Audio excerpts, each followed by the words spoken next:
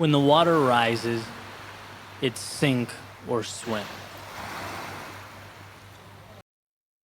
We pick up certain truths as we make our way through life, realizations, little awakenings, patterns that allow us to map the things around us so that we can navigate this crazy place.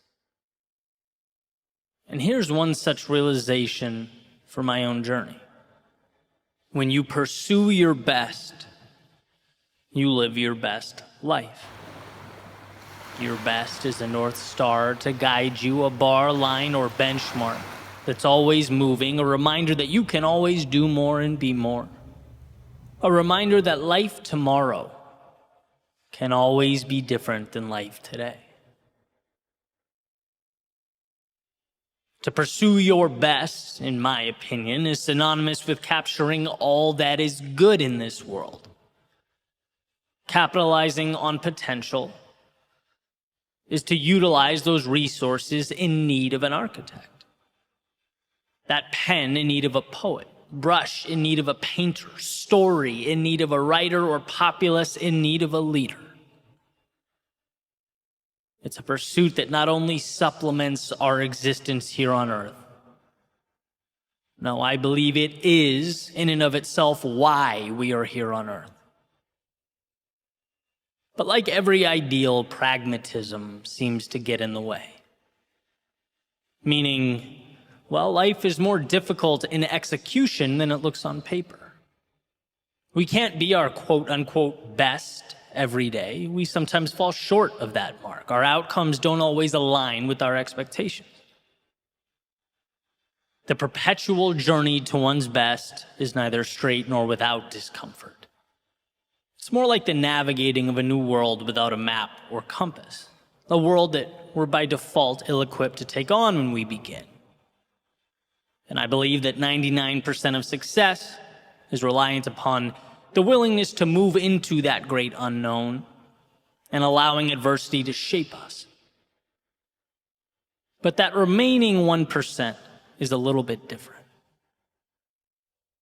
That 1% is when we see what we've never seen, do what we've never done.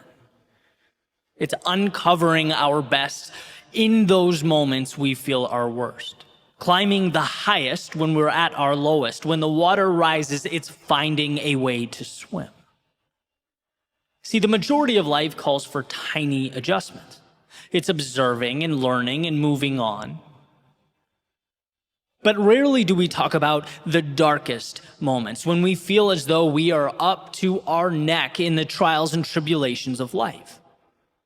When the world doesn't relay messages of hope or prosperity. No, the only incoming message is despair. You're essentially David looking up at Goliath. Perhaps a Goliath of your making. Perhaps not, but a Goliath nonetheless. So why here? Why are these dark moments different than the 99%? Why is a stage provided at the very time when the limelight feels further out of reach than it ever has? Because this moment is when you prove to yourself who you are. You think you've dug deep in the past? You think you've given your all back then? No, you have no idea what you're capable of. The world provides a stage in our darkest moments so that you can pull back the curtains and illuminate your strength. It floods your world with adversity so that you can trust yourself to navigate the waters. And if you can find a way here, when the walls are closing, clock is ticking, and water is rising, what can't you do? Have you ever asked yourself that question? Those moments show us what we can be, and that is why the 1% is everything. Why is it that rock bottom becomes a bridge to so many new tomorrows? or the losses we dread most become the change we need most? The answer is simple. Because in those moments, we find within ourselves the keys to transformation. See, you didn't know that you can leap that far. And you didn't know because you've never been pushed so close to the edge, running at so fast a speed. But in those moments, you learn that you can take flight. You learn you have the power to stand again. So while the vast majority of life is saying yes when most would say no, it's how we choose to act while immersed in our lowest lows that provides the framework and the opportunity. I believe that the tears indicative of despair streaming down your face look a lot like the tears that emerge during our happiest moments. They are the same. One just precedes the other. See, despair gives you a chance to look at life differently, look at yourself differently, to look in the mirror and understand that the reflection looking back is capable of leading a revolution in your soul.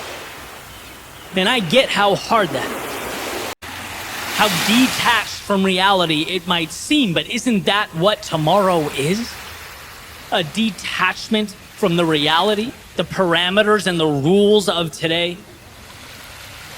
It's not until that seed is buried beneath the earth that it plants roots, that it takes aim at the sky, and when you are stuck beneath the chaos of life, you have to know that this is where you too transform. So forget yesterday's shoreline. This is where you build tomorrow's destination. Don't fixate on what is gone when you can dream of all that is to come. And don't dwell on who you were when you can celebrate all you will be. When the water rises, swim.